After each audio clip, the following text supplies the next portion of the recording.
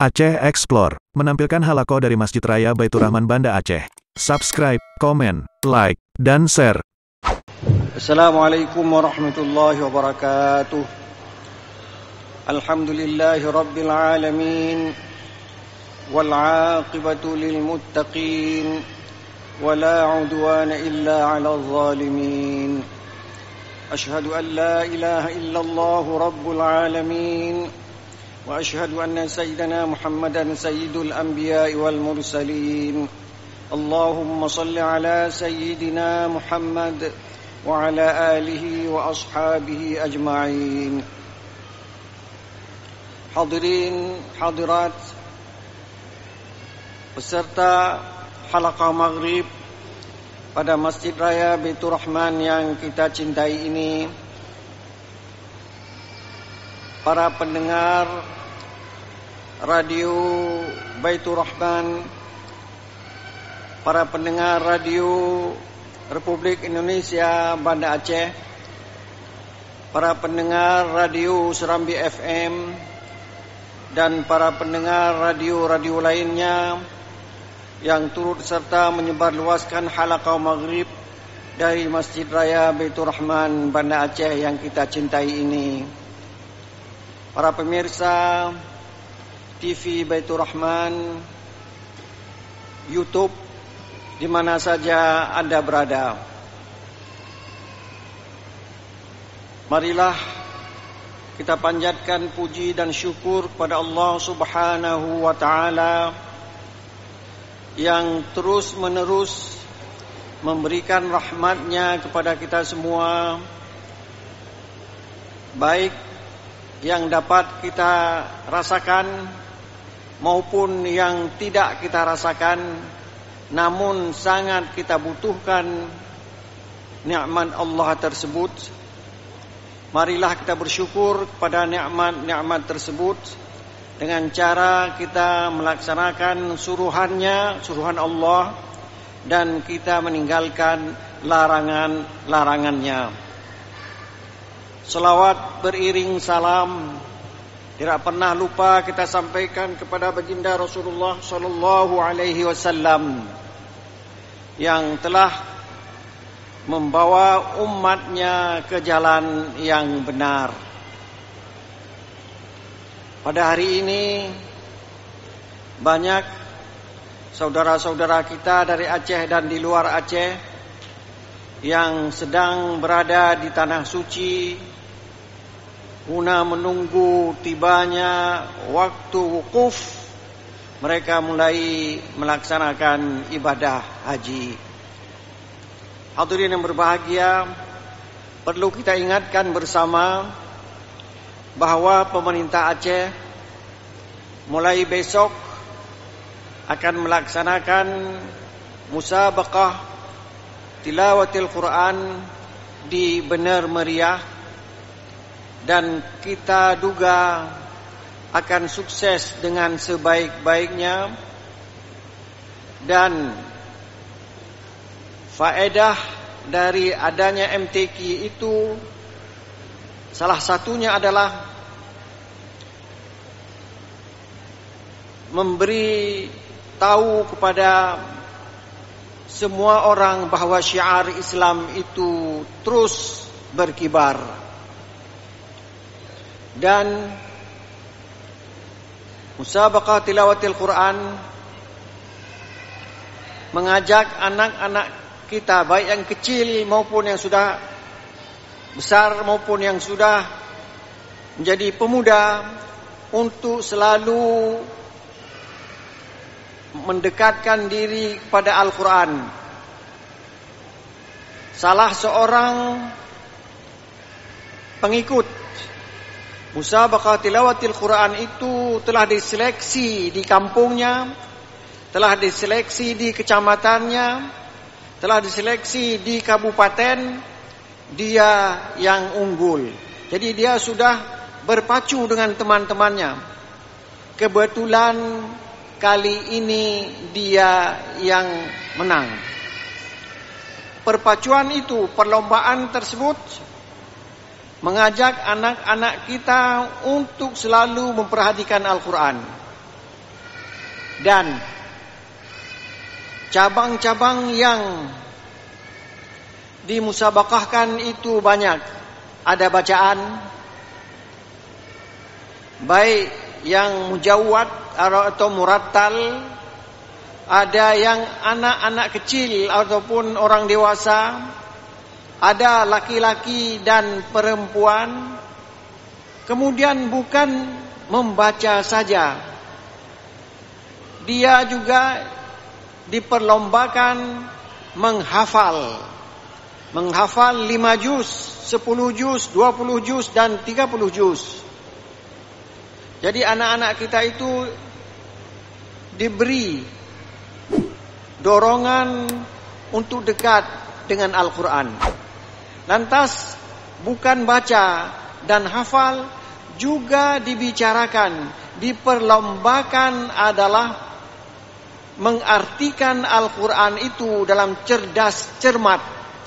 Ada perlombaan, disebut ayat ini, ditanya di surat apa dan sebagainya. Terus saja. Ada pidato yang menjelaskan tentang ayat-ayat suci Al-Quranul Karim. Ada yang membaca, ada yang mengartikan, ada yang menafsirkan. Itu juga ditampilkan. Lantas ada yang menulis ayat-ayat suci Al-Quran itu. Jadi hampir semua segi diperlombakan agar anak-anak kita itu selalu dekat dengan Al-Quran. Mudah-mudahan usaha, upaya yang dilaksanakan oleh pemerintah Aceh itu membawa rakyat Aceh lebih dekat dengan ayat-ayat suci Al-Quranul Karim. Itulah yang kita inginkan. Dan nanti dia akan membawa nama Aceh untuk musabaqah tingkat nasional. Saya tidak tahu tahun ini dilaksanakan di mana. Jadi Aceh akan ikut. Mudah-mudahan Aceh juga akan berjaya di musabaqah tilawatil Quran tingkat nasional nanti. Inilah harapan kita kepada anak-anak dan peserta musabaqah tilawatil Quran di Benar Meriah yang dimulai besok hari.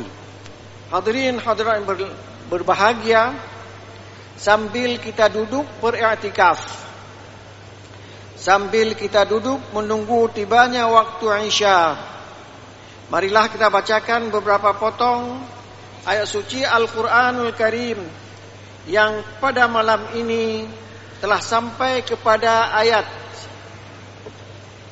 17 dari surat An-Nahl. Sebelumnya kita telah membicarakan Allah itu ada, tapi kita tidak bisa melihatnya. Apakah sesuatu yang tidak bisa kita lihat? Tidak ada? Ada. Otak kita tidak bisa kita lihat, tapi pasti otak itu ada. Dan Allah itu ada, buktinya ada langit dan bumi. Siapakah yang menciptakan langit dan bumi? Sejak kecil kita sudah diberitahukan oleh guru-guru kita bahwa langit dan bumi itu bukti adanya Allah Subhanahu wa ta'ala. Penciptaan manusia, penciptaan Adam yang tanpa orang tua. Adam tidak ada orang tua dia. Tidak ada ayah, tidak ada ibu. Sementara kita seluruhnya ada ayah dan ada ibu. Kemudian diciptakan Isa alaihi salam, punya ibu tapi tidak punya ayah. Itulah kemahakuasaan Allah dalam menciptakan makhluknya. Kemudian untuk apa manusia itu diciptakan? Untuk beribadat kepada Allah Subhanahu wa ta'ala. Alangkah salahnya manusia yang sudah diberi nikmat secara gratis. Di antaranya adalah udara, kita menghirupnya, kita bernafas dengan udara.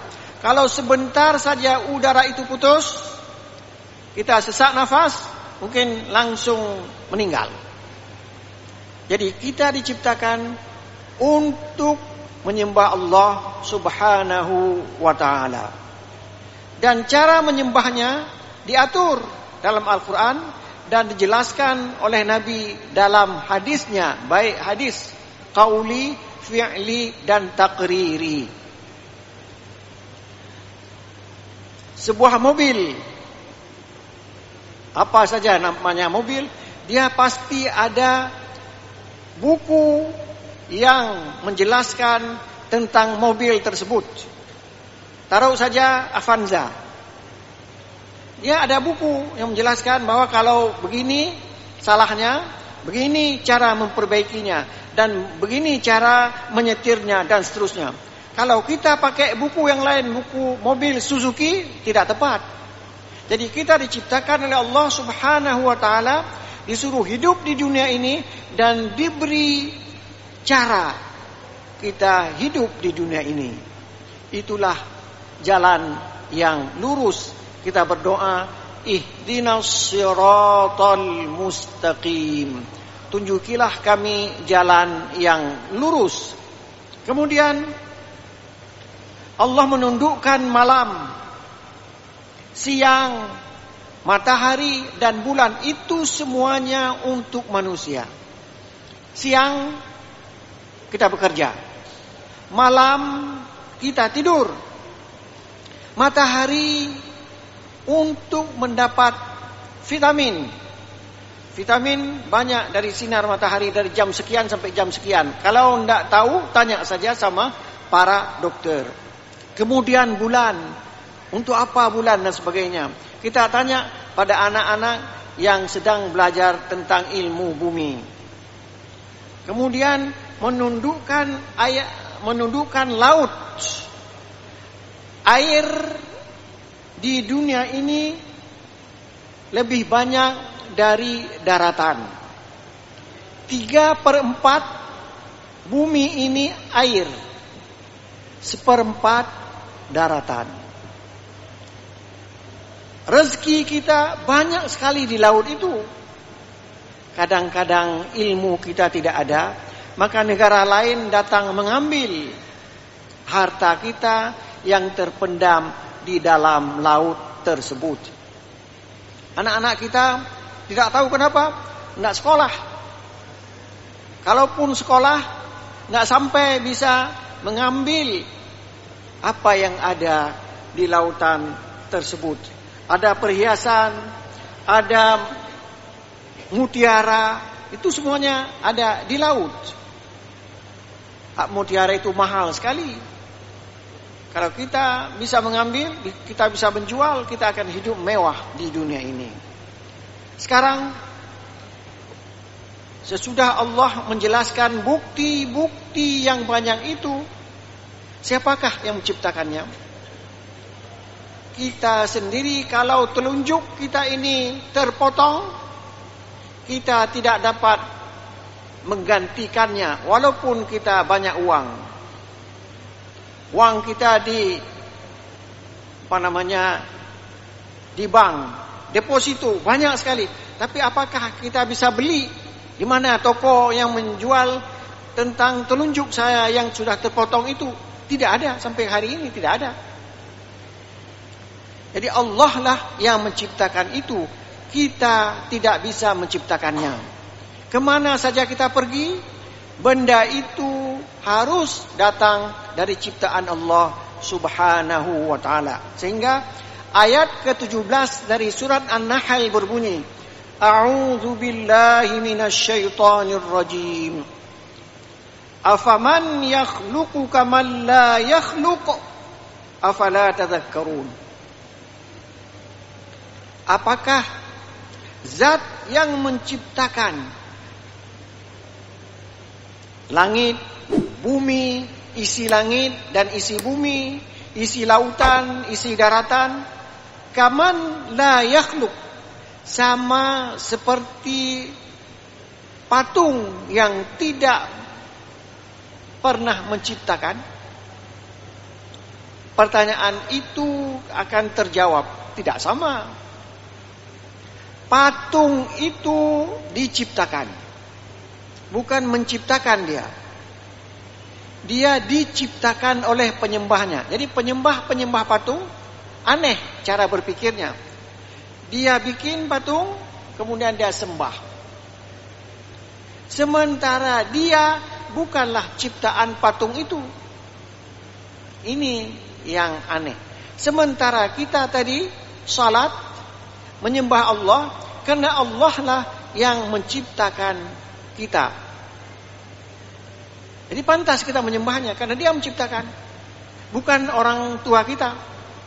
Kalau orang tua kita yang menciptakan kita, dan kalau kita menciptakan diri kita sendiri, mungkin ada yang nak mau dia laki-laki, enak jadi perempuan.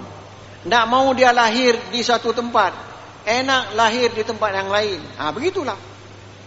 Jadi kekuasaan itu tidak diberikan oleh Allah Subhanahu wa taala. Dan cara hidup manusia kalau lahir pasti kecil. Tidak ada satu orang pun yang lahir sudah jadi orang hebat. Tidak pernah ada. Tidak pernah ada. Ini bukti bahwa manusia itu diatur oleh Allah Subhanahu wa taala. Afaman yakhluqu kaman la yakhluq? Afala tadhakkarun? Apa kamu tidak ingat? Ayah kamu ingat? Ayah kamu itu bukan diciptakan oleh nenek kamu. Ada orang yang ingin anaknya, walaupun anak itu perempuan atau laki-laki, tapi anak itu tetap tidak ada, karena itu mandul. Dan sekarang sudah diketahui bahwa mandul itu bukan perempuan saja, laki-laki pun mandul. Jadi tidak ada anak itu jangan disalahkan. Boleh jadi yang mandul itu laki-laki atau yang mandul itu perempuan. Kekuasaan itu ada di tangan Allah Subhanahu wa taala. Afaman yakhluqu kaman la yakhluq afala tadhakkarun. Sehingga kalau manusia itu ditanya, wala in sa'altahum man khalaqahum, kalau manusia itu ditanya, siapakah pencipta kamu? Siapakah pencipta manusia? La yaqulunna Allah. Langsung mereka menjawab Allah. Tapi kenapa kamu menyembah patung? Kenapa kamu mempersekutukannya? Sebabnya untuk mendekatkan diri kepada Allah. Karena Allah itu sangat jauh. Untuk mendekatkan diri itu melalui patung. Padahal Al-Quran mengatakan, idza sa'alaka ibadi anni fa inni qarib. Kalau hambaku bertanya tentang aku kepadamu ya Muhammad, katakan inni qarib, saya dekat. Tidak perlu ada perantara, langsung saja kita Allahumma salli ala, Allahumma barik dan sebagainya. Kita berdoa terus. Kemudian dalam surat Luqman Allah berfirman, khalaqas samawati bighairi amadin tarawunaha. Allah menciptakan langit tanpa tiang yang dapat kamu lihat. Langit itu enggak ada tiangnya. Dicari-cari sama orang enggak ada.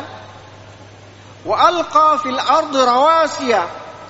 Dan Allah menciptakan di bumi itu gunung-gunung antamida bikum, supaya bumi ini jangan oleng. Persis seperti kapal. Kapal itu kalau tidak ada penumpangnya, dia jalan, dia oleng. Karena ada angin. Tapi kalau udah banyak orang di dalamnya, dia jalan terus. Itulah bumi ini. Ada gunung, sehingga dia tidak oleng ke kiri dan tidak oleng ke kanan. Wa batsa fiha min kulli dabbah.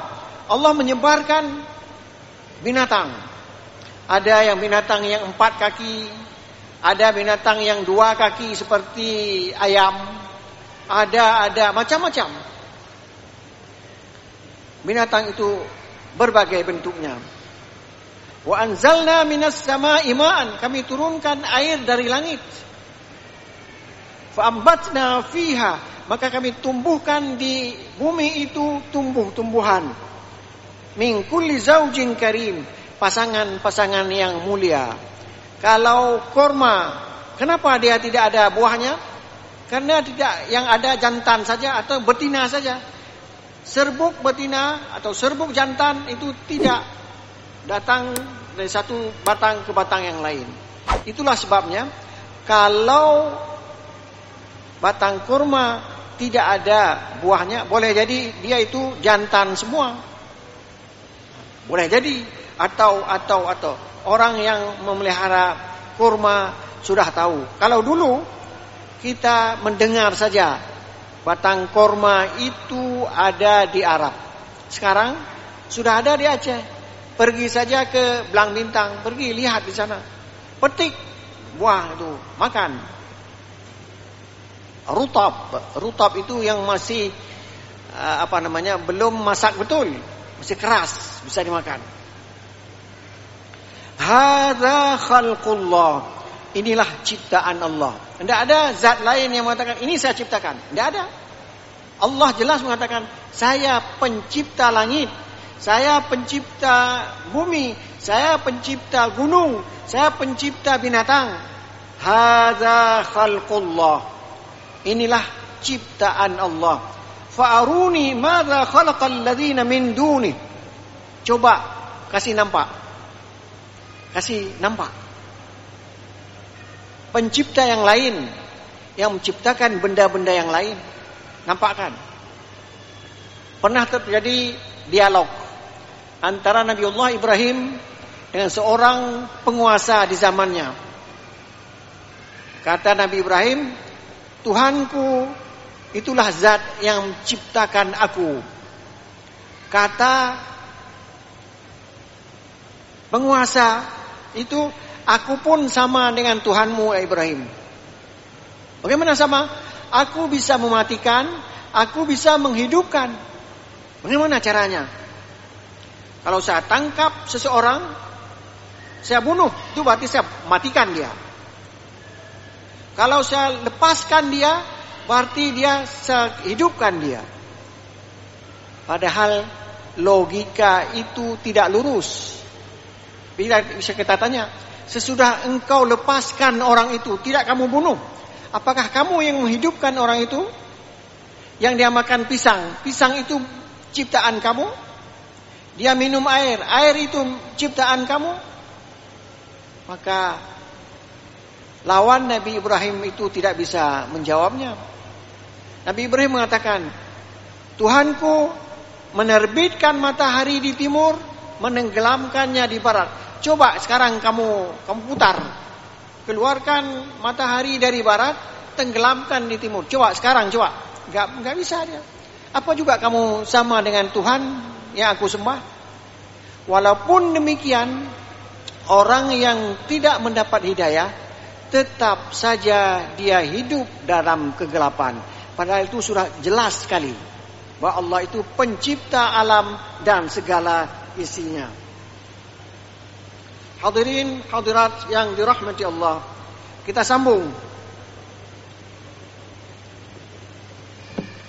Allah menciptakan manusia, menciptakan binatang untuk manusia, menciptakan tumbuh-tumbuhan untuk manusia.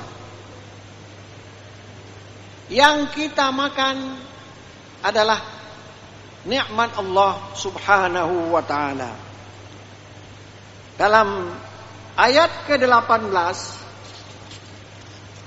Allah berfirman, wa in ta'uddu ni'matallahi la tuhsuha. Kalau kamu mau menghitung nikmat Allah, menghitung saja berapa banyak udara yang saya hirup hari ini, bisa kita tahu? Nggak bisa. Kalau kita bisa hitung di saat kita masih jaga, oke, silakan, ada alat. Di saat kita tidur, kan kita terus menghirup udara. Nikmat Allah itu banyak sekali. Ada yang bisa kita lihat, ada yang bisa kita raba, ada yang tidak bisa kita lihat, ada yang tidak bisa kita raba. Disuruh hitung semuanya, tidak bisa. Sampai hari ini tidak ada orang yang menghitung.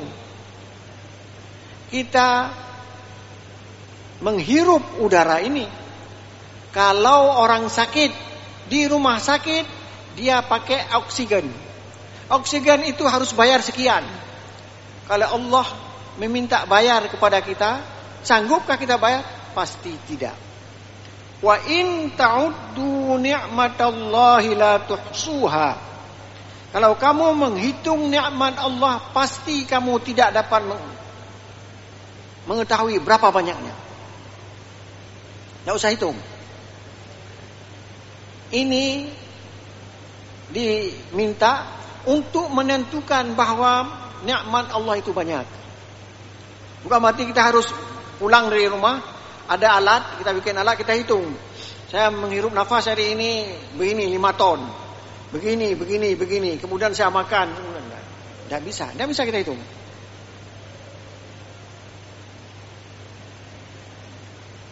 Pikiran manusia terbatas. Akal manusia terbatas. Nikmat Allah itu banyak. Enggak sanggup dia hitung itu. Baik yang lahir saja kita suruh hitung, enggak sanggup juga. Apalagi yang tidak nampak, batin. Lebih lagi perasaan senang. Begitu pagi kita bangun, perasaan kita senang. Enggak ada yang membuat kita macam-macam. Utang enggak ada. Sakit tidak terasa. Kemudian kita punya makanan untuk hari ini. Seolah-olah kata Nabi, Anda itu telah diberikan dunia dengan segala isinya. Untuk apa seorang kaya sekali? Dia punya uang banyak, tanah juga banyak, berhektar-hektar, tapi dia sakit-sakitan. Lebih baik kita yang biasa-biasa, hidup cukup dan makanan pun cukup. Kita tidak marah pada orang lain pun tidak marah kepada kita. Selesai sudah persoalannya. Kalau kita tidak ikuti itu, kita lihat orang membeli mobil, kita yang sakit hati. Orang punya mobil, kita sakit hati. Orang punya rumah baru, kita yang sakit hati. Padahal itu nikmat Allah. Nikmat Allah itu bisa berpindah seketika. Nikmat Allah itu seketika berpindah. Kita lihat orang yang kaya raya, banyak mobil, tiba-tiba bangkrut. Banyak yang bangkrut. Perusahaan-perusahaan besar bangkrut. Yang punya perusahaan itu menjadi miskin, bahkan punya utang lagi. Kalau punya utang, orang datang hampir tiap waktu datang minta utang, minta. Mana? Enggak sanggup kita membayarnya. Jadi kita cukuplah dengan kehidupan sederhana ini dan kita sehat, bisa beribadat kepada Allah Subhanahu wa taala. Berapa senang kalau kita lihat tadi para kaum muslimin yang berdiri di saf, luruskan saf pertama, saf kedua sampai saf ketujuh dan seterusnya. Kalau Allah memberikan pahala, berapa banyak pahala yang sudah turun kepada jamaah masjid pada hari ini. Salat kita dibalas 27 kali lipat dibandingkan dengan salat yang kita kerjakan sendirian. Banyak sekali. Kita bersyukur kepada Allah Subhanahu wa taala. Kemudian Allah menutup ayat ini, innallaha laghafurur rahim. Allah itu Maha Pengampun. Kita menggunakan rahmat Allah atau nikmat Allah itu kadang-kadang tidak pada tempatnya. Tapi kalau kita niat dengan yang baik, Allah mengampuni dosa kita. Kata Allah, innallaha laghafur. Allah itu Maha Pengampun. Nikmat Allah sudah banyak, tapi kita gunakan tidak pada tempatnya karena salah perkiraan dan sebagainya. Mudah-mudahan Allah mengampuni kita. Rahim. Rahim itu diberikan kepada siapa yang memintanya. Siapa yang minta rahmat, Allah berikan rahmat tersebut. Apakah dia orang Muslim atau non Muslim, tapi nanti di akhirat diminta pertanggungjawab. Harta kita dari mana kita ambil dan kemana kita gunakan, itu akan ditanya di hari akhirat kelak. Lan tazula qadama abdin dan sebagainya. Itu hadis yang menyatakan manusia itu tidak masuk ke neraka, tidak masuk ke surga sebelum dipertanyakan beberapa hal. Di antaranya tentang dari mana kita memperoleh harta. Sudah kita peroleh, kemana kita gunakan? Jangan-jangan kita menggunakannya untuk memusuhi orang Islam. Itu salah. Harta kita diberikan oleh Allah, tidak boleh kita pakai harta tersebut untuk memusuhi orang yang menyembah Allah Subhanahu wa ta'ala. Kalau kita sudah ikut aturan Allah, salah juga. Innallaha laghafurur rahim.